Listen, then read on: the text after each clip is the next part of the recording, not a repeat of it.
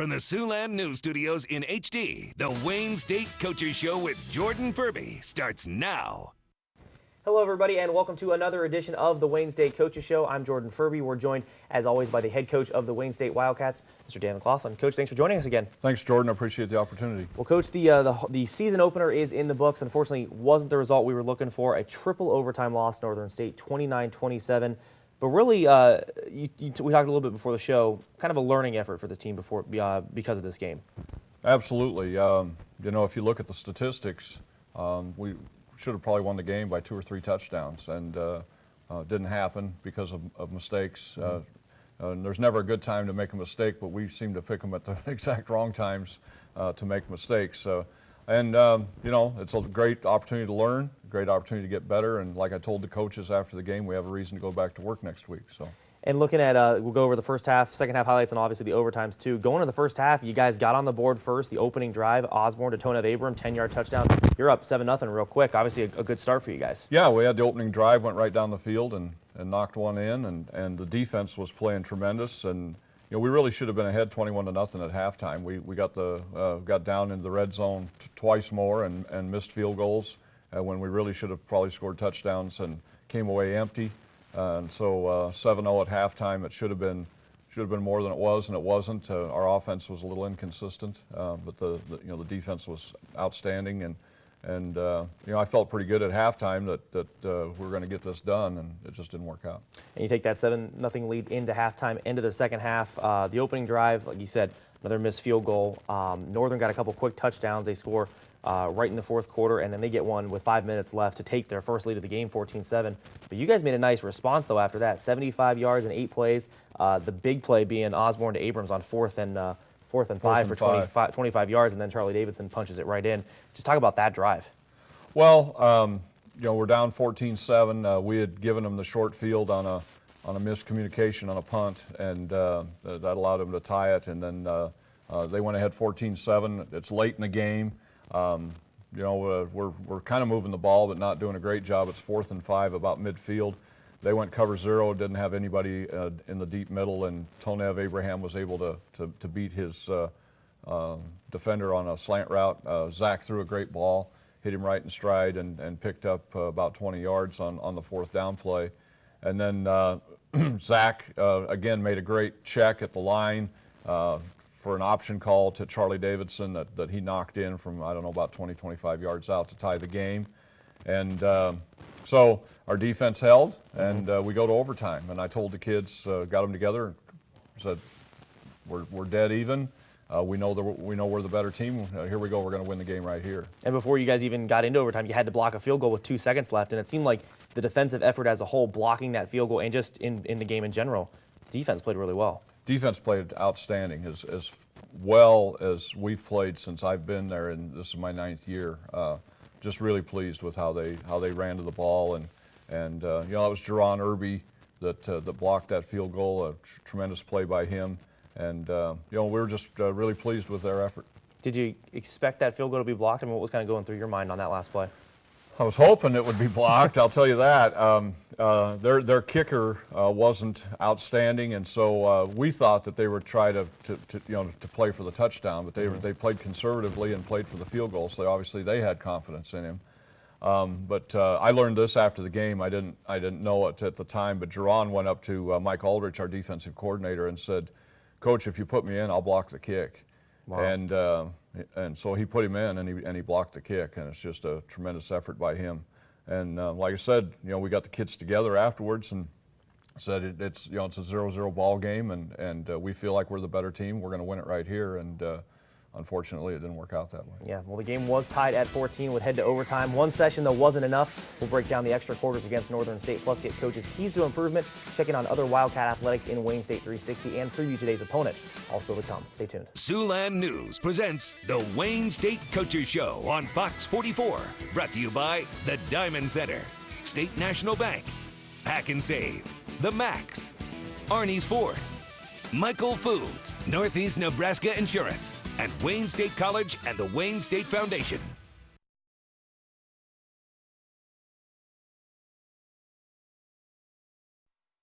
And welcome back to the Wayne State Coaches Show. Wayne State scored with less than 2 minutes in the fourth quarter to send this one into overtime. It would be tied at 14. We go to the first overtime. Northern State would add a quick touchdown, coach, in the first, but then you guys respond with Zach Osborne hitting the true freshman Nate Rogers from South Sioux City to tie it up at 21-21.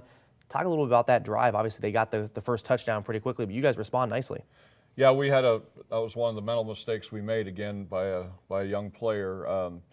They ran a play-action pass, and we bid on the fake, and they hit their tight end up the seam for a big play, put them inside the 5, and then they were able to bang that in there for the first touchdown of the overtime. So we get the ball back, down 7. Couple of nice runs by Charlie Davidson again, and then we ran a fade route in the corner to Nate Rogers, who's 6'5" and can jump through the atmosphere, and he went up and got it. Nice ball by Zach and a great catch by Nate. And then, Tyler Bash with the extra point. So we're tied and go to second overtime. Then the second overtime, we got 2 holding penalties, which put us clear back.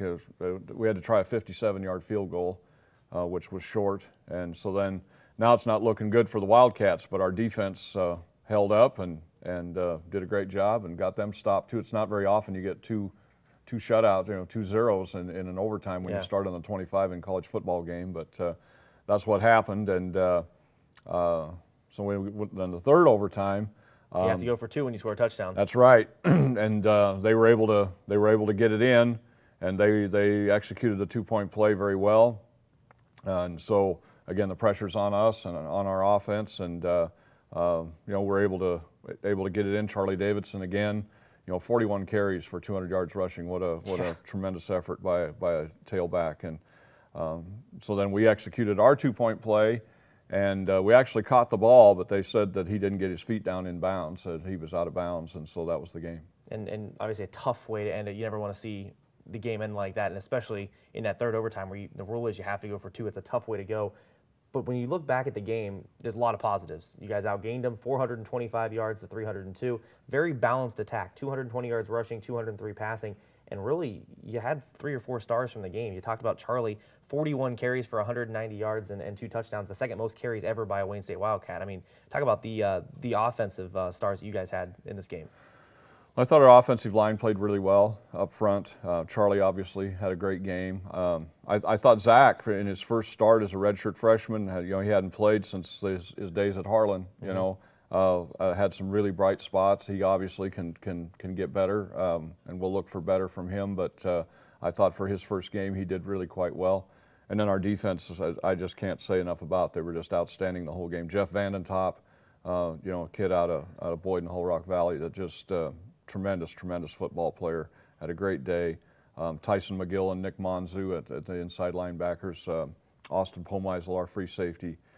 Kids just played really well, and really proud of those kids. And Antonio Abraham too, his first game, he come in as a transfer, 12 catches for 140 yards and a touchdown, gives you one more threat that you guys have on that offense. Oh, absolutely. He's a great football player, and had a great game, and those kids, Tonev and Charlie and Jeff and Brent Schlode, kids that played the entire game, never came out. Sunday when we got them together were pretty sore young men. So we snapped the ball 95 times on offense. So those kids put a day's work in. Absolutely, they definitely did. Well, definitely a tough loss for sure, but it's still early in the season. We'll hear coaches' impressions of the team so far and what needs to be fixed for today's game. That's coming up after the break.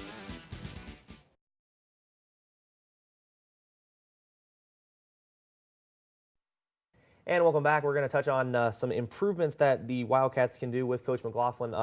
Coach, obviously, anytime you have a loss, there's improvements. Anytime you have a win, there's improvements you guys can make. Some of the things that you probably need to work on. 11 penalties for 112 yards. You talk about probably some early mistakes, having some guys that are inexperienced. But you guys had a lot of good though. Only 1 turnover in your season opener. 97 plays that you guys got through, and you controlled the time of possession as well too. What are some improvements that we need to do going into today's game? Got to clean up the mental mistakes. That's the biggest thing, and I think that's an experience thing. The more they play, the better they're going to get at it. We have some improvements in the kicking game that we have to take care of. We have to do a better job in protecting our punter. We missed a couple of field goals that we would hope not to miss in the future because they were very makeable. and those kind of things that need to be cleaned up.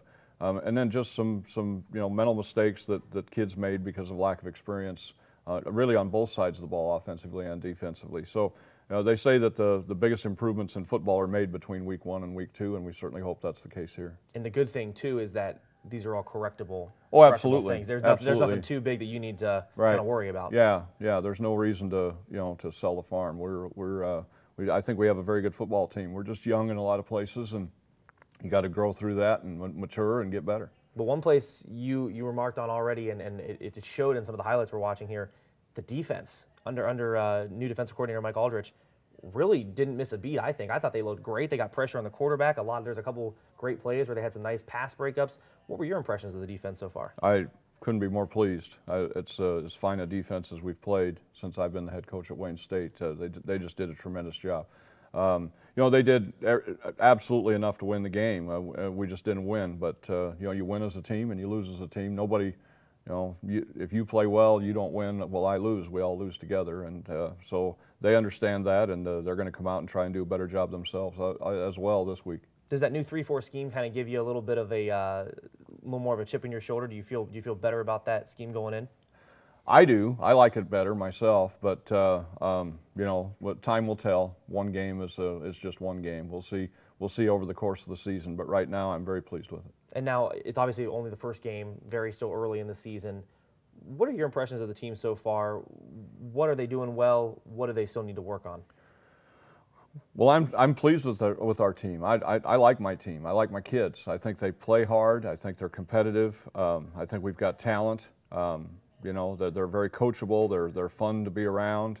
I really enjoy this team, and I'm really excited about their future. We've just got to grow up. We've got to mature. We've got to play, and the more you play, the better you get. It's just like anything else. The more you do it, the better you're going to get at it, and we just need to do that. And you don't want to wish any of your life away, but the future is bright for these kids, and hopefully it'll get here soon. And now the schedule sets up for you guys, obviously a tough conference, but the schedule, I feel, it kind of sets up where each game is kind of a measuring stick for you guys, and you have an additional test each week. Do you feel that as well? Absolutely. We're coming off a loss, a game we thought we should have won, and now we've got Mary, probably the best pure passing quarterback in the league, in Craig Bignell. 4-year starter for him as a tremendous thrower. So another opportunity for us to see what we got. It's our home opener on the new turf. With the stadium has been completely refurbished. It's beautiful. Be a nice crowd. There'll be a big buzz. But we've got to play well, and we've got to play better. Their defense is very good as well. Gave Mankato all they wanted last week, and so it'll be another test. It's always nice to come back and get that home opener and get in front of that home crowd, especially with the new turf. Oh, absolutely. We're very excited about that, and looking forward to the opportunity. And Mary brings a good football team in. It should be a great game. All right, well, we'll talk about University of Mary in a little bit. Stick around. It was opening week of play for the Wildcat volleyballers, and what a week it was. We'll check in on Scott Kneiffel's crew coming up next in Wayne State 360, presented by Northeast Nebraska Insurance. Don't go away.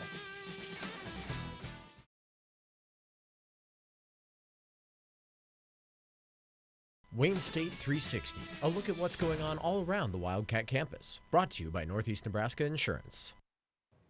And checking in on other Wildcat athletics this week, the talk among campus has to be the Wayne State volleyball team. Scott Kneiffel's crew goes a perfect 4-0 in their season open tournament, defeating 4 top 25 opponents in the tournament: number 9 Indianapolis, number 11 Colorado Mines, number 21 Wingate, and number 1 Concordia St. Paul, the 6-time defending national champs.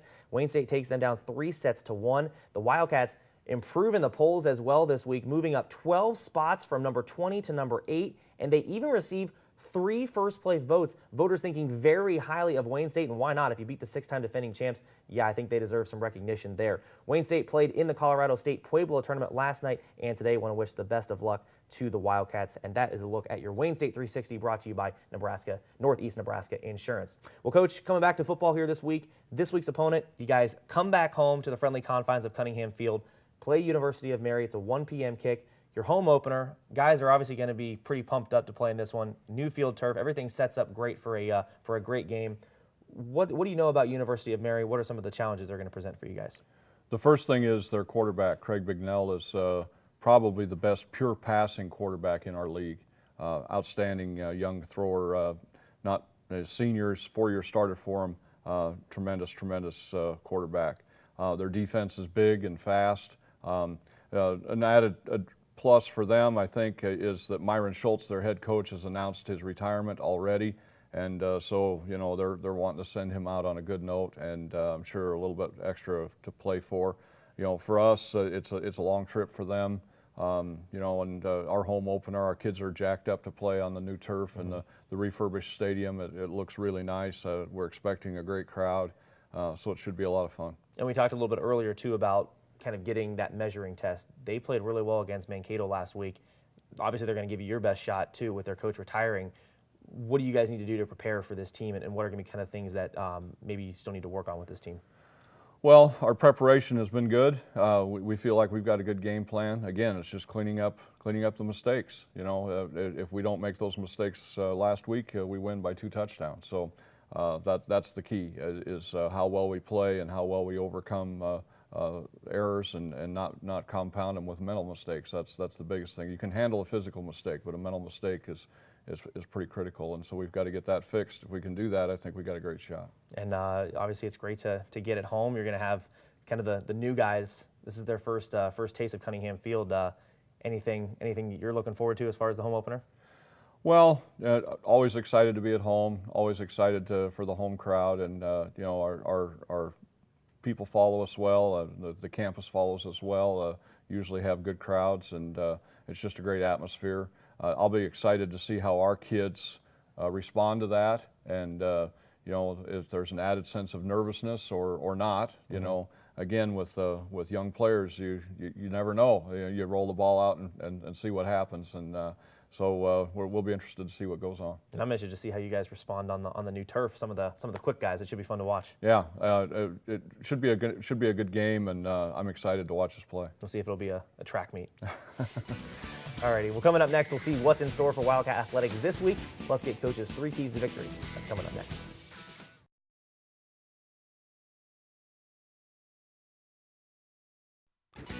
And welcome back. Time now to take a look at what's going on across Wayne State's campus this week, and a lot of home events for the Wildcats. Sunday, September 15th, the women's soccer team will host Augustana. That's coming up tomorrow. Then next Saturday, they will host Northern State at home. The women's volleyball team, we mentioned, on a roll as of late. They have their home opener this Thursday, September 19th, taking on Sioux Falls. And then the cross-country team will participate in the UNL Woody Greeno invite. The women will run at 10 a.m., while the men will run at 10:45. That takes place next Saturday, September 21st.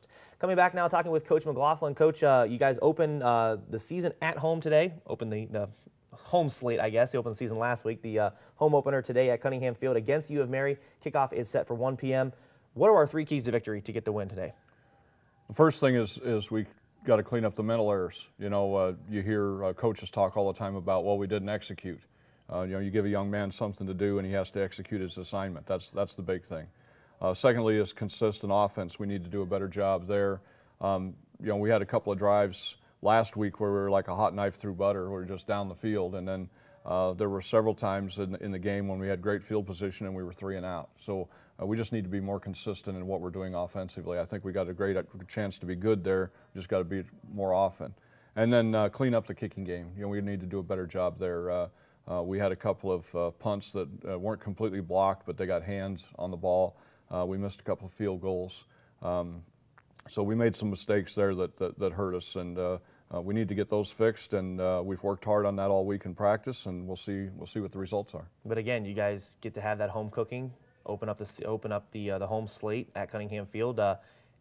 Like we talked about earlier, a little bit of mental mistakes. Maybe you had to get those first game jitters out, but they're all correctable mistakes. Oh, absolutely, absolutely. There's nothing to be, like I said, sell the farm over. You know, I think we've got a chance to have a great football team. We've just got to get better, and a lot of getting better for us is maturity and doing it. And the more we do it, the better we'll get at it. And here's another opportunity to get better, and here we go. So. And having that young team, like you said, it just helps to get that game experience and keep moving on and building. And like you said, the biggest jump can come from that first game into that second game. Absolutely. And the kids have studied it, watched the film, and they see where they can get better. They see mistakes that they made, and they want to rectify those. And Saturday's a chance to to see how it goes, and hopefully we're better because of it. Yeah, absolutely. And hopefully next week we're talking about a victory. Well, I hope so. Absolutely. Well, Cunningham Field is the place to be as Wayne State hosts University of Mary. They will be on the road next week taking on Minnesota Crookston at 1 p.m.